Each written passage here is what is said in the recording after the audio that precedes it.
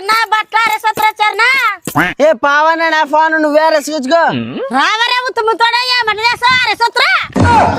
నన్ను తమ్ముతోడనే వాటి అసలు రాను పో ఈ ఉత్తమూతి నా వట్ట బట్టలు ఆరేయమంటారేడు ఇక్కడ పిల్లలు చూసుకునల్లా ఇక్కడ బట్టలు పిండల్లా నాకు సావు వచ్చేదే